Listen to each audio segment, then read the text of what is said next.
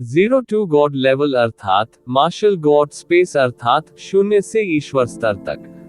अध्याय 3501 से 3503।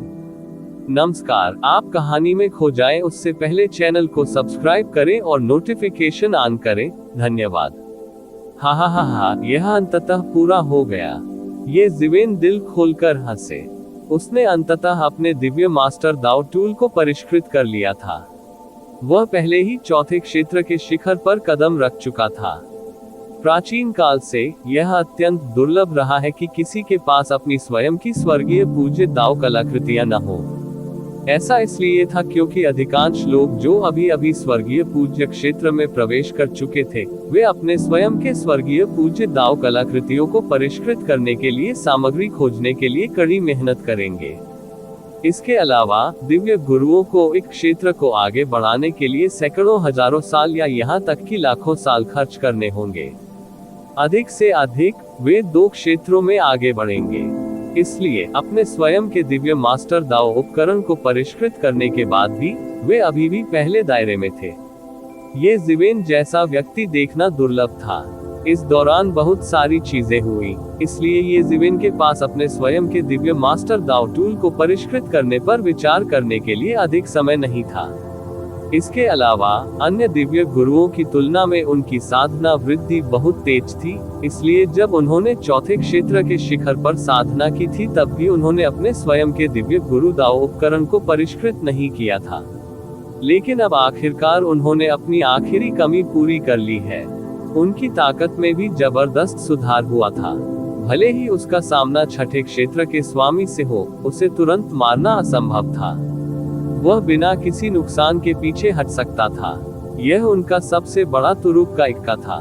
शायद इस बात की जानकारी किसी को नहीं थी, क्योंकि वे सभी सोचते थे कि ये जिवेन की खेती चौथे दायरे में थी, तो वह कितना शक्तिशाली हो सकता है। और जब ये जिवेन अभ्यास जारी रखने की योजना बना रहा था, ये देखने के लिए कि क्या वह 5वें क्षेत्र में प्रवेश कर सकता है, अचानक उसने केवल एक विशाल विस्फोट की आवाज सुनी।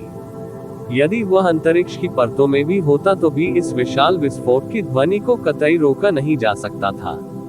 व्यवहारिक रूप से एक ही पल में उसके द्वारा स्थापित की गई कई आत्मा संरचनाएं और आत्मा संरचनाएं उन्मत्त अलार्म जारी करने लगी।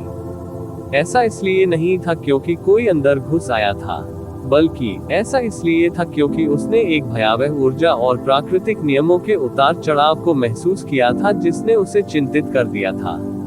ये जिवेन ने तुरंत अपनी स्वर्गीय आंख खोली और तुरंत पूरे सन सिटी की स्थिति देखी। इस समय सन सिटी अराजकता में था। हर जगह विस्फोट होते हुए देखे जा सकते थे, सीधे आसमान में धमाके हो रहे थे, लगातार भयंकर युद्ध छिड़ रहे थे। क्या कोई प्राचीन युग का आक्रमण है? ये जिवेन की पहली प्रतिक्रिया ये थी कि एक प्राचीन युग ने आक्रमण किया था। लड़ाई इतनी भीषण थी कि यह सन सिटी में भी घुस सकती थी। यह एक बड़ी घटना होनी चाहिए, अन्यथा सन सिटी की सुरक्षा के साथ चुपचाप बलिदान देना असंभव था। भले ही हेवन स्प्लिटिंग डेमन एक्स का उपयोग किया गया हो, यह अभी भी वैसा ही होगा। मून सिटी का बलिदान केवल मून सिटी के सिटी लॉर्ड की लापरवाही के कारण हुआ। ये पूरी तरह से एक दुर्घटना थी।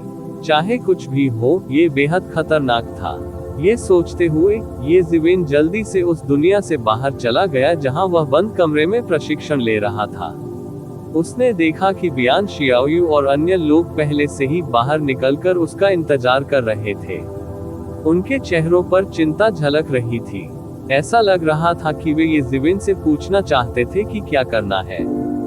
ये जिवेन ने तुरंत कहा, आप स्टेशन की रखवाली करते हैं। मेरे आदेश के बिना बाहर मत जाओ, मैं जाकर देखता हूँ। यहाँ बियान शियाओयू और अन्य लोग मदद नहीं कर सके, लेकिन राहत की सांस ली जब उन्होंने ये जिवेन को बंद दरवाजे के प्रशिक्षण से बाहर आते देखा। इस समय ये जिवेन उनके दिलों में स्थिर करने वाली शक्ति थी। जब उन्होंने ये जिवेन को देखा तो उन्हें स्वाभाविक रूप से राहत महसूस हुई। मानव जाति सेना को स्थिर करने के बाद ये जिवेन बिना किसी हिचकिचाहट के तुरंत शून्य की ओर उड़ गया। इस समय उसने चारों ओर देखा। पूरे शहर में अफरा तफरी मच गई। हर जगह लड़ाइयां देखने को मिल रही थी। हालांकि संपूर्ण सन सिटी की रक्षा में बलिदान होने का कोई संकेत नहीं दिखा।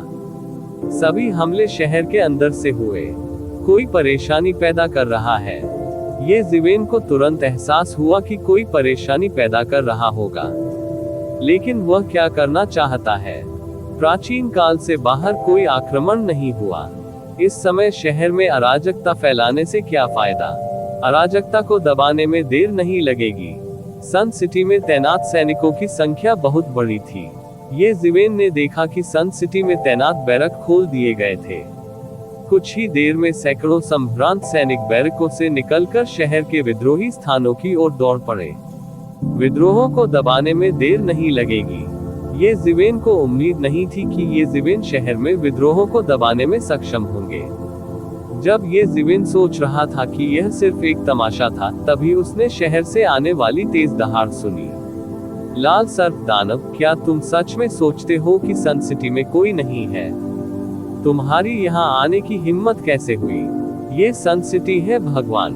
ये जिवेन ने तुरंत इस आवाज को पहचान लिया। सन सिटी लॉर्ड के अलावा और कौन हो सकता है? उसने देखा कि एक के बाद एक दो आकृतियां बाहर आ रही थी। उनमें से एक की राक्षसी आभा आकाश में उड़ रही थी। ऐसा लग रहा था मानो पूरी दुनिया राक्षसी दुनिया में रंग गई हो, जिससे लोग इस दृश्य को स्पष्ट रूप से देखने में असमर्थ हो गए। उसके पीछे एक व्यक्ति था जिसके शरीर पर आग की लपटें थी। अनगिनत अग्नि कानूनों ने उसके चारों ओर एक भयानक तूफान खड़ा कर दिया। ये लगभग तुरंत ही राक्षसी आभा का पीछा करने लगा। लाल सर्प दानव, ये जिवेन की आंखों में रोशनी की किरण चमक उठी। क्या सन सिटी की रक्षा इतनी ढीली है?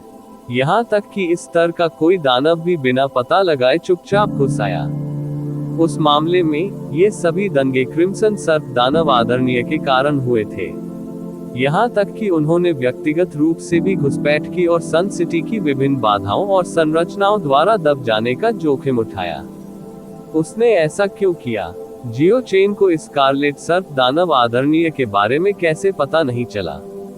ये स्कारलेट सर्प दानव आदरणीय कई युगों में एक प्रसिद्ध अस्तित्व था। राक्षसी युग में उनकी स्थिति मार्शल युग में 10 दिव्य सिटी लॉर्ड से कम नहीं थी। वह अत्यंत बलशाली था। उन्हें राक्षस युग का नेता कहा जा सकता है। ऐसा व्यक्ति खुद को खतरे में कैसे डाल सकता है, जब तक कि सन सिटी में कुछ ऐसा न हो जो उसे आकर्षित करता हो और उसे प्राप्त करना ही पड़े। यदि वह सावधान न होता तो लाल सर्प दानव का भी दमन हो सकता था। जैसा कि अपेक्षित था, सन सिटी में सभी प्रकार की बाधाएं और संरचनाएं लगभग तुरंत ही सक्रिय हो गईं। एक के बाद एक भयानक हमले किए गए। कुछ हमले दानव रिवरेंट को गंभीर रूप से घायल भी कर सकते थे। जैसे जैसे समय बीतता गया, अधिक से अधिक संरचनाएं और बाधाएं सक्रिय होती गईं। अवरोध ने पूरे सन सिटी को घेर लिया और गठन से एक भयानक शक्ति फूट पड़ी। विशाल युद्ध किले भी प्रकट हुए और उनका लक्ष्य लाल सर्प दानव था। यह एक ऐसा तरीका था जो लाल सर्प दानव के लिए एक बड़ा खतरा पैदा कर सकता था। निश्चित रूप से उसी समय लाल सर्प दानव को लगा कि उसे युद्ध किले द्वारा निशाना बनाया गया था। उसे अपने पूरे शरीर में रोंगटे खड़े हो गए। वह सामान्य हमलों से नहीं डरते थे। भले ही उसे कई दिव्य देवताओं ने घेर लिया हो, फिर भी वह नहीं डरेगा। हालांकि ये युद्ध किले अलग थे। उन्हें फॉर्चून क्रिएशन हेवनली मोनार्क द्वारा परिष्कृत किया गया था। प्रत्येक दिव्य नगर में ऐसे युद्ध दुर्ग थे। वे दिव्य देवताओं को गंभीर रूप से घायल कर सकते थे। वे उसके जैसे चरम दिव्य आदरणीय लोगों के लिए एक बड़ा खतरा थे। दिव्य नगरों का कई वर्षों से पतन नहीं हुआ था। स्वाभाविक रूप से ये युद्ध किले उनके तुरुप के पत्तों में से एक थे। बूम! गगनभेदी गर्जना के साथ युद्ध के किले में से एक ने भयानक हमला किया। अनगिनत नामशास्त्रीय कानूनों ने नामशास्त्रीय कानूनों का तूफान खड़ा कर दिया। एक पल में इसने अंतरिक्ष को भेद दिया, अराजकता को भेद दिया और लाल सर्प दानव की ओर विस्फोट कर दिया। भयानक तूफान का विरोध करने के लिए लाल सर्प दानव ने घूमकर राक्षसी आभा से भरे आकाश में मुक्का मारा। बूम! टक्कर से उत्पन्न एक और भयानक तूफान सभी दिशाओं में फैल गया। यहाँ तक कि स्कारलेट सरपेंट दानव सॉवरेन जैसे शक्तिशाली व्यक्ति को भी इस तूफान ने पीछे हटने के लिए मजबूर कर दिया था। इस हमले के भयानक प्रभाव को बेअसर करने में सक्षम होने से पहले उसे 100 किलोमीटर से अधिक तक उड़ान भरने के लिए भेजा गया था। उसकी भुजाएं अभी भी कांप रही थी। इतनी भयानक शक्ति को झेलने के बाद उसका एकीकृत राक्षसी शरीर भी उसका सामना नहीं कर सका। इन किलों का खतरा बहुत ज्यादा था। इस समय सन सिटी लॉर्ड पहले ही पकड़ चुका था। बस एक क्षण में 2 सूर्य उसके हाथों में प्रकट हुए और लाल सर्प दानव की ओर बढ़े। ये देखकर कि वो पकड़ा गया था और उसके लिए सन सिटी के सिटी लॉर्ड से मुक्त होना मुश्किल होगा, रेड सर्प दानव आदरणीय पागल हो गया और समय निकालने के लिए सन सिटी के सिटी लॉर्ड से लड़ने के लिए आगे बढ़ा। इस तरह युद्ध के किलेदारों ने सन सिटी लॉर्ड को घायल करने से बचने के लिए लापरवाही से हमला करने की हिम्मत नहीं की। ये बहुत ही समझदारी भरा कदम था। ये ज़िवेन मदद के लिए नहीं गए, वो बस इधर उधर देखता रहा। सन सिटी भगवान के साथ लाल सर्प दानव उलझ रहा है, बच नहीं सका। हालांकि वह इस समय शहर का एकमात्र शिखर स्वर्गीय पूज्य था, इतना ही काफी था। बाकी लोग लौट आए थे। ईस्टर्न हेवनली मास्टर और अन्य लोग भी क्रिएशन यूनिवर्स मैप जुटाने के लिए फॉर्चून गॉड राजवंश में लौट आए थे। स्वाभाविक रूप से वे इस समय यहाँ नहीं थे। हालांकि वह अभी भी जानना चाहता था कि लाल सर्प दानव का उद्देश्य क्या था। जल्द ही उन्होंने शहर के सबसे केंद्रीय क्षेत्र में एक आकृति दिखाई देती देखी। यदि यह कोई सामान्य व्यक्ति होता तो ठीक होता। हालांकि ये ज़िवेन उस व्यक्ति को नोटिस करने से खुद को नहीं रोक सकी। टोंग जून, ये वही है। वह क्या करने की कोशिश कर रहा है? ये ज़िवेन हैरान हुए बिना नहीं रह सका। फिर एक पल में उसे अचानक याद आया, क्या वह स्थान नहीं था जहां मध्य स्वर्गीय गुरु ने मून सिटी लॉर्ड को सील कर दिया था? उनका उद्देश्य नहीं, ये कहा जाना चाहिए कि उनका उद्देश्य मून सिटी लॉर्ड है। ये ज़िवेन ने अचानक सभी चीजों को एक साथ जोड़ दिया और तुरंत समझ गया कि क्या हो रहा था।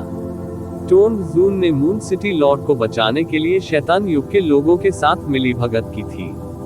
यह एकमात्र संभावना थी जो स्कारलेट लॉर्ड्स दानव आदरणीय को, जो राक्षसी युग में ऊंचे स्थान पर था, यहाँ आने का जोखिम उठा सकती थी और जानबूझकर सन सिटी के सिटी लॉर्ड का ध्यान आकर्षित करने के लिए इतना बड़ा हंगामा कर सकती थी। इस तरह टोंग जून और अन्य लोगों को मून सिटी लॉर्ड को बचाने का अवसर मिलेगा। क्रिसेंट सिटी के सिटी लॉर्ड ने फॉर्चून गॉड राजवंश में एक उच्च स्थान प्राप्त किया था।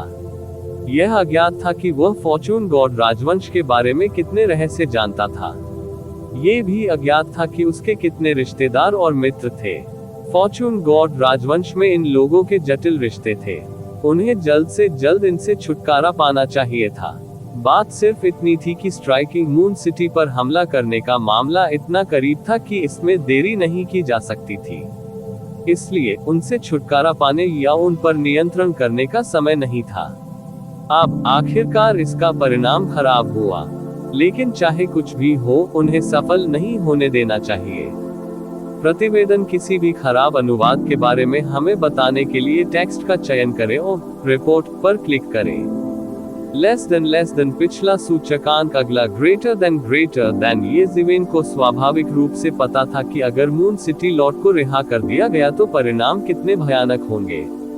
लेकिन इस बार दानव युग तैयार होकर आया था।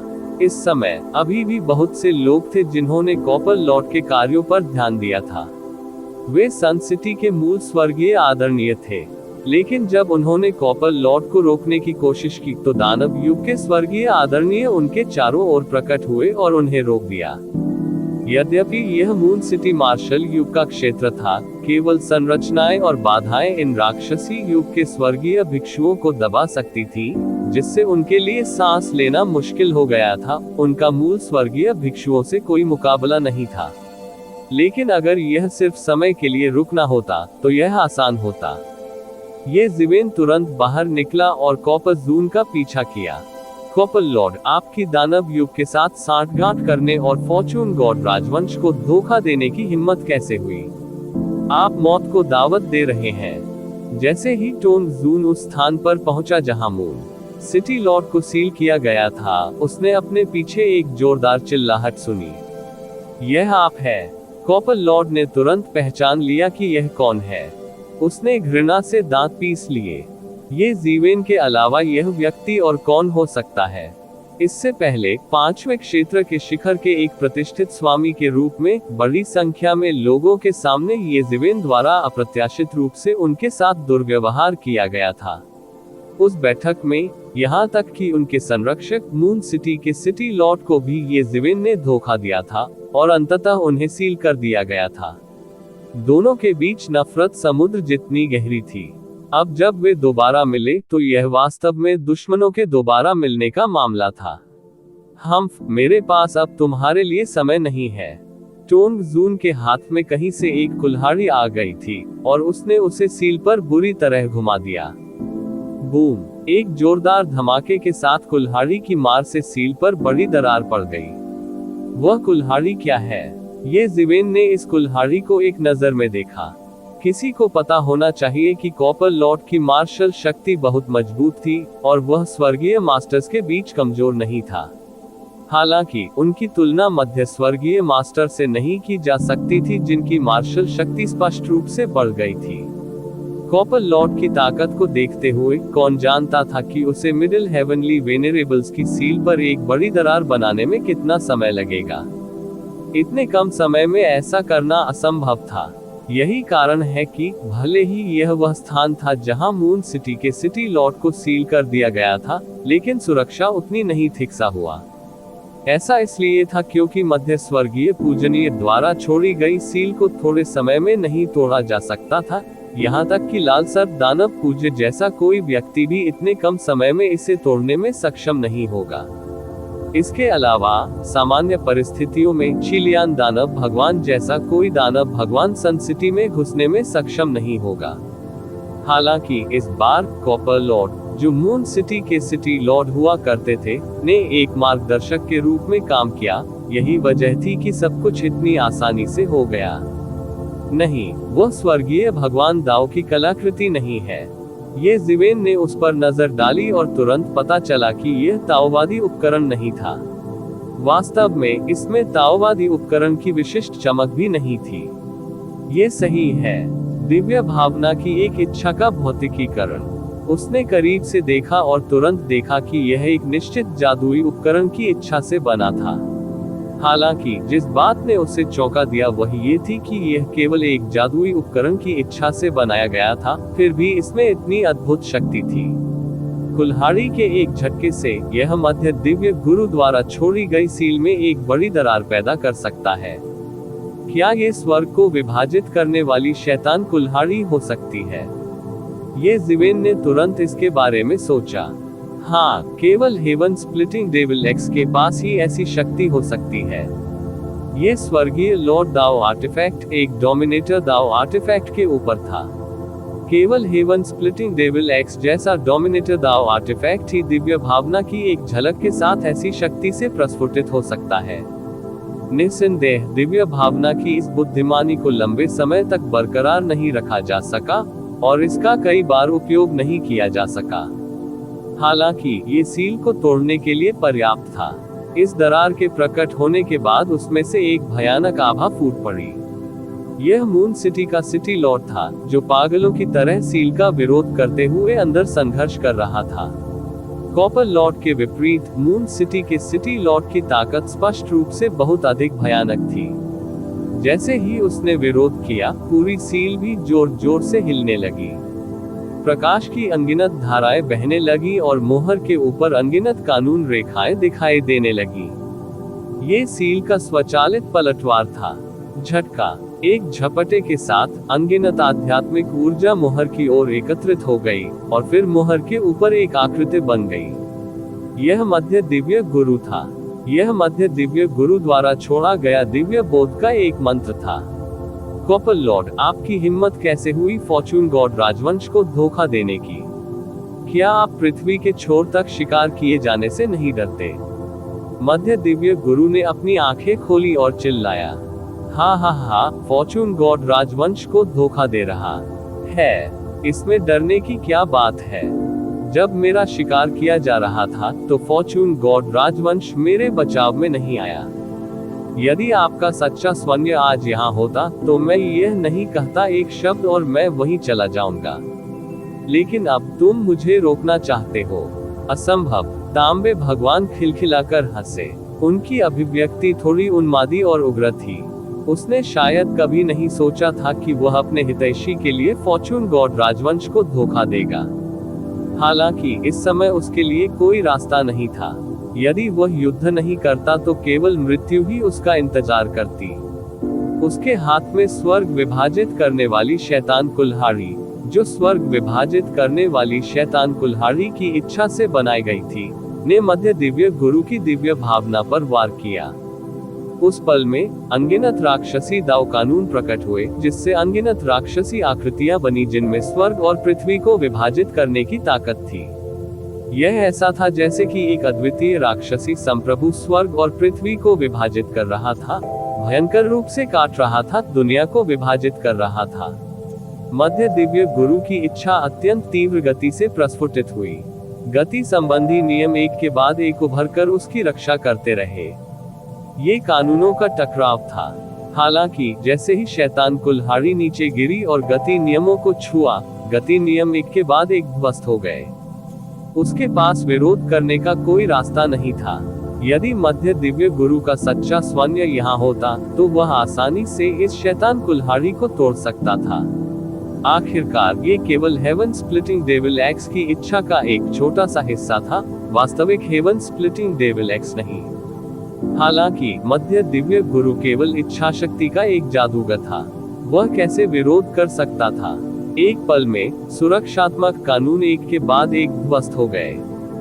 फिर शैतान कुल्हाड़ी ने मध्य दिव्य गुरु के शरीर पर वार किया। इस हमले से शैतान की कुल्हाड़ी खुद ही काफी धुंधली हो गई थी। इसका गठन केवल इच्छा शक्ति की इच्छा से किया गया था। प्रत्येक हमले ने उसके शरीर में बची हुई थोड़ी सी इच्छा शक्ति और ऊर्जा को खत्म कर दिया। यह विशेष रूप से सच था इस हमले के लिए। हालांकि जब मध्य दिव्य मास्टर की वसीयत को काटा गया तो वह वहीं पर ढह गई। यह ऊर्जा में बदल गया जो सभी दिशाओं में बिखर गया। बूम! बहुत बड़ी गड़गड़ाहट हुई और पूरी सील जोर जोर से हिल गई। सील पर एक और दरार दिखाई दी। ऐसा लग रहा था कि इसमें 2 दरारें खुदी हुई हैं, जिससे पूरी सील की रोशनी कम हो गई है। मून सिटी के भगवान की भयावह आभा दरारों से अधिकाधिक रिसने लगी। अगर मैंने उसे इसी तरह जारी रहने दिया तो मुझे डर है कि वह वास्तव में इसे खोल देगा। ये ज़िवेन ने मन में सोचा, ये बुरा है। हालांकि इस शैतान कुल्हाड़ी में हेवन स्प्लिटिंग डेविल एक्स की शक्ति का केवल एक हिस्सा है और इसे लगातार उपयोग नहीं किया जा सकता है। ये सील को खोलने के लिए पर्याप्त है। यदि मून सिटी लौट भाग गया तो परिणाम अकल्पनीय होंगे। इस समय वह पहले ही सील के किनारे तक पहुंच चुका था। दिव्य गुरु की गति अत्यंत तीव्र थी। हालांकि इस सब का वर्णन करने में बहुत समय लगा, केवल एक क्षण लगा। पूरी सील जोर जोर से कांपने लगी। उसकी रोशनी मंद हो गई और कानून बिखर गए। यदि ऐसा ही चलता रहा तो यह अगले कुछ कुल्हाड़ी के प्रहारों को झेलने में सक्षम नहीं होगा। कॉपर सुप्रीमेसी ने केवल एक गहरी सांस ली और ये ज़िवेन को नजरअंदाज करते हुए कुल्हाड़ी घुमा दी। इस समय ये ज़िवेन के सामने एक राक्षसी आकृति प्रकट हुई, जिसने उसका रास्ता रोक दिया। मार्शल युग का दिव्य गुरु यही समाप्त होता है। यदि आप गुजरना चाहते हैं तो आपको पहले मेरे पास से गुजरना होगा। इस राक्षसी आकृति ने सूखी आवाज निकाली। ये कानों के लिए बेहद अप्रिय था, एक ध्वनि उफान की तरह। ये दानव युग का दानव सम्राट था। जाहिर तौर पर कॉपर वर्चस्व की रक्षा के लिए वह लंबे समय से घात लगाकर बैठा था, परेशान होने से बचने के लिए। ये बहुत महत्वपूर्ण था। यदि मून सिटी लॉर्ड को बचाया नहीं जा सका तो उनके पिछले सभी प्रयास व्यर्थ होंगे। जो लोग मुझे रोकेंगे वे मर जाएंगे। ये ज़िवेन के शरीर से असीम सुनहरी रोशनी फूट पड़ी। उसकी आभा पर्वत के समान थी, जो सीधे आकाश की ओर दौड़ रही थी। इस समय वह कैसे कोमल हो सकता है? केवल वे ही मरेंगे जो उसे रोकेंगे। यही एकमात्र रास्ता था। जब दानव सम्राट ने ये जिवेन की बढ़ती जादुई शक्ति और बढ़ती आभा को देखा, तो उसे तुरंत समझ आ गया कि वह शब्दों से चीजों को विलंबित नहीं कर सकता। इस दानव सम्राट ने भी लंबी दहाड़ निकाली। राक्षसी आभा आकाश में छा गई। वह 5वें क्षेत्र का एक दानव सम्राट भी था। उसकी शक्ति अत्यंत दुर्लभ थी। कब उसके हाथ में एक लंबा चाबुक आ गया, पता ही नहीं चला। लंबे चाबुक ने नृत्य किया और आकाश को चीरते हुए इसकी आवाज से एक भयानक ध्वनि उफान पैदा हुआ। यह एक लंबे अजगर की तरह था, जो अपने साथ अंतहीन राक्षसी कानून लेकर आया था और बेरहमी से ये जिवेन की ओर हमला कर रहा था। ये जिवेन ने ठंडे स्वर में कहा। इस हमले के सामने उनके हाव भाव में जरा भी बदलाव नहीं आया। उसने अपना बड़ा हाथ फैलाया और ऐसा लगा मानो वह पूरी दुनिया को अपनी मुट्ठी में लेना चाहता हो। उसने लापरवाही से इस शैतान चाबुक को पकड़ लिया और वह तुरंत उसके हाथ में आ गया। ये शैतान चाबुक ऐसा लग रहा था मानो जीवित हो। इसकी प्रकृति आध्यात्मिक थी और यह एक शैतान अजगर में बदल गया। वह लगातार संघर्ष कर रहा था और ऊपर उड़ने ही वाला था। ये भी एक दिव्य मास्टर दाव कलाकृति थी। स्वाभाविक रूप से इसकी अपनी आध्यात्मिकता थी और इससे निपटना बहुत कठिन था। हालांकि ये जिवेन के सामने संघर्ष करने की कोई गुंजाइश नहीं थी। क्या इस दानव सम्राट को यह उम्मीद नहीं थी कि यह राक्षसी चाबुक जिसे उसने बाहर फेंका था, उसमें ये जिवेन के खिलाफ लड़ने की ताकत भी नहीं होगी। ये शिवेन ने इसे बहुत आसानी से पकड़ लिया। इस समय ये जिवेन के हाथ में गेंद मेटल पैट्रिक क्यूई पहले ही प्रकट हो चुकी थी। इससे तुरंत एक तलवार बन गई। अनगिनत तलवार दाव कानून इससे जुड़े हुए हैं, जिससे एक भयानक तूफान बनता है। वाह! तलवार की रोशनी चमकी और ये जिवेन ने अपनी चाल चली। तेज, तेज, तेज, हद तक तेज। ये जिवेन की तलवार अपने साथ प्रकाश की एक भयानक किरण लेकर आई। एक पल में इसने सीधे दानव सम्राट के सामने वार कर दिया। पीएफएफ्ट। ये दानव सम्राट बिल्कुल भी प्रतिक्रिया नहीं कर सका। ये जिवेन की तलवार से उसे छेद दिया गया था। गेंद मेटल एंसेस्ट्रल क्यूई बेहद क्रूर थी और यह उसके पूरे शरीर को उड़ाने वाली थी। इसके तुरंत बाद दो बड़े हाथ आगे बढ़े। इस दानव सम्राट के पास प्रतिक्रिया करने का समय भी नहीं था, इससे पहले कि वह आधा फट गया। प्रतिवेदन किसी भी खराब अनुवाद के बारे में हमें बताने के लिए टेक्स्ट का चयन करें और रिपोर्ट पर क्लिक करें। लेस देन पिछला सूचकांक अगला ग्रेटर देन एक हिंसक फाड़ने वाली आवाज सुनाई दी। 5वें दायरे के एक दानव भगवान को ये जिवेन ने आधा फाड़ दिया था स्थान। वह बिल्कुल भी प्रतिकार नहीं कर सका। दानव भगवान के आधे फटे हुए सिर की आंखें खुली हुई थी। वह बेहद सदमे में था और उसे इस बात पर बिल्कुल भी विश्वास नहीं हो रहा था। उन्होंने इस समय घुसपैठ करने की पूरी कोशिश की थी। उन्हें दिव्य गुरुओं के बारे में भी कुछ समझ थी जो अभी भी सन सिटी में रह रहे थे। बेशक ये सारी जानकारी कॉपर लॉट के माध्यम से प्राप्त की गई थी। उसने सामने वाले को भी पहचान लिया। हालांकि उसने कभी उसके साथ युद्ध नहीं किया था, फिर भी उसे लंबे समय तक राक्षस युग में प्रसिद्ध माना जाता था। ये जिवेन द्वारा लगातार कई दानव देवताओं को मारने की खबर अंततः फैल गई थी। उसने दानव युग के कारण एक ही बार में कई दानव देवताओं को खो दिया। इतना बड़ा नुकसान दानव सरदारों के लिए उसे याद रखने के लिए काफी था। हालांकि उन्हें प्राप्त जानकारी के अनुसार ये जिवेन की खेती केवल चौथे क्षेत्र में थी। वह पहले से ही 5वें दायरे में था। इस शहर में उसका दमन किया जाएगा और उसके लिए अपनी पूरी ताकत का इस्तेमाल करना मुश्किल होगा। अन्यथा सन सिटी में भीड़ द्वारा उसे निशाना बनाया जाएगा और उस पर हमला किया जाएगा। हालांकि उसकी उच्च खेती के साथ ये जिवेन को दबाना मुश्किल नहीं होना चाहिए। भले ही वह ये जिवेन को दबा नहीं सका, लेकिन समय खरीदना मुश्किल नहीं होना चाहिए। हालांकि तथ्यों ने साबित कर दिया कि वह बहुत भोला था। जिस व्यक्ति ने उन्हें जानकारी प्रदान की उसे मर जाना चाहिए। दी गई जानकारी बुनियादी तौर पर गलत थी। ये जिवेन एक साधारण चौथे क्षेत्र के दिव्य गुरु थे जिन्होंने 10,000 साल से भी कम समय पहले दाव हासिल किया था। अब उसका इरादा टोंग जून को मारने का भी था, क्योंकि यह जानकारी टोंग जून द्वारा प्रदान की गई थी। टोंग जून ने जानबूझकर इस तथ्य को छुपाया कि उसे पहले ये जिवेन ने पीटा था। दरअसल उनकी राय में पहले उनकी पिटाई की वजह भी एक दुर्घटना थी। यदि वह लापरवाह नहीं होता तो उस समय ये जिवेन द्वारा उसकी पिटाई नहीं की जाती। कॉपर लॉर्ड ने उस समय जो सोचा था वह गलत नहीं था। हालांकि वह नहीं जानता था कि ये जिवेन ने कुछ ही वर्षों में सफलतापूर्वक मार्शल लॉर्ड सील की खेती की थी। उसकी शक्ति 5वें क्षेत्र से 5वें क्षेत्र के शिखर तक पहुंच गई थी। उनका सुधार थोड़ा सा नहीं था। इस गलत निर्णय के कारण ही इतना गंभीर परिणाम हुआ।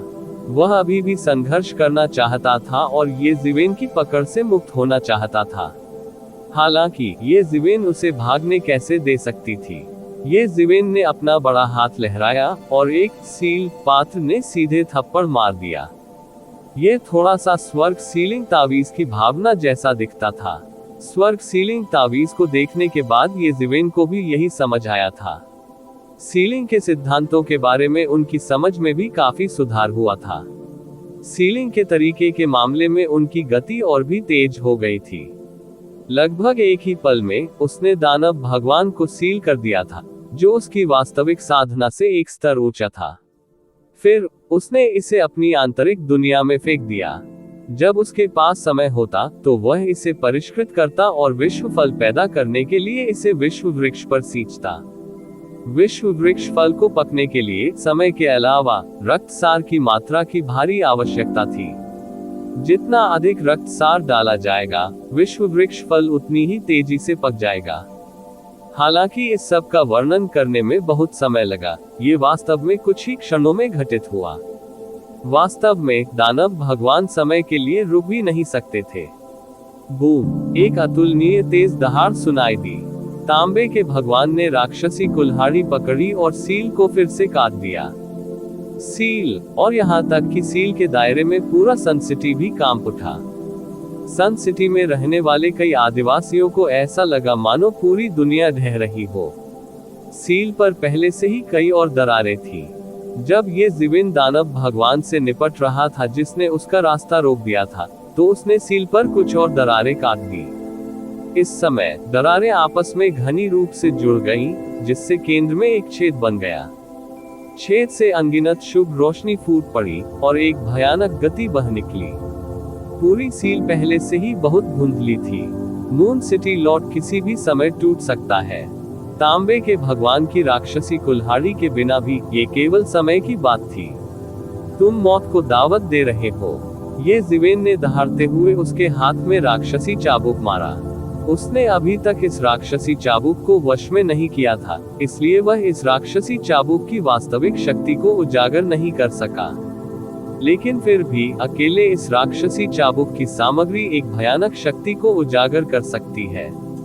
ये जिवेन की शक्ति भी इतनी महान थी, यदि वह इसे यूं ही घुमा दे तो इसकी शक्ति आकाश को 2 भागों में विभाजित करने के लिए पर्याप्त थी।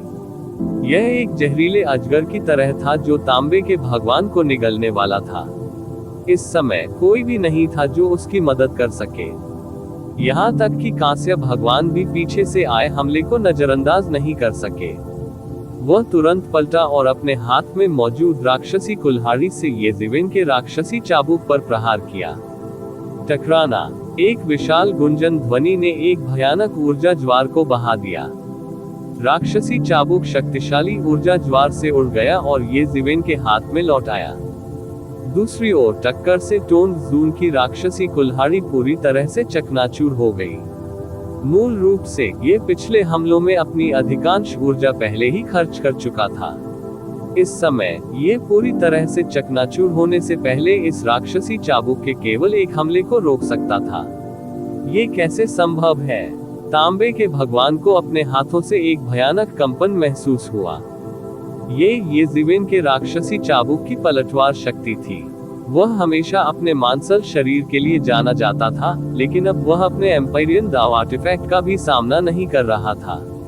इसके बजाय वह सर्वोच्च दाव कलाकृतियों से टकराने के लिए हेवन स्प्लिटिंग डेमोनिक एक्स की इच्छा का उपयोग कर रहा था, जिसे उसने अस्थायी रूप से जब्त कर लिया था। ऐसी टक्कर से सचमुच उसके हाथ कांपने लगे।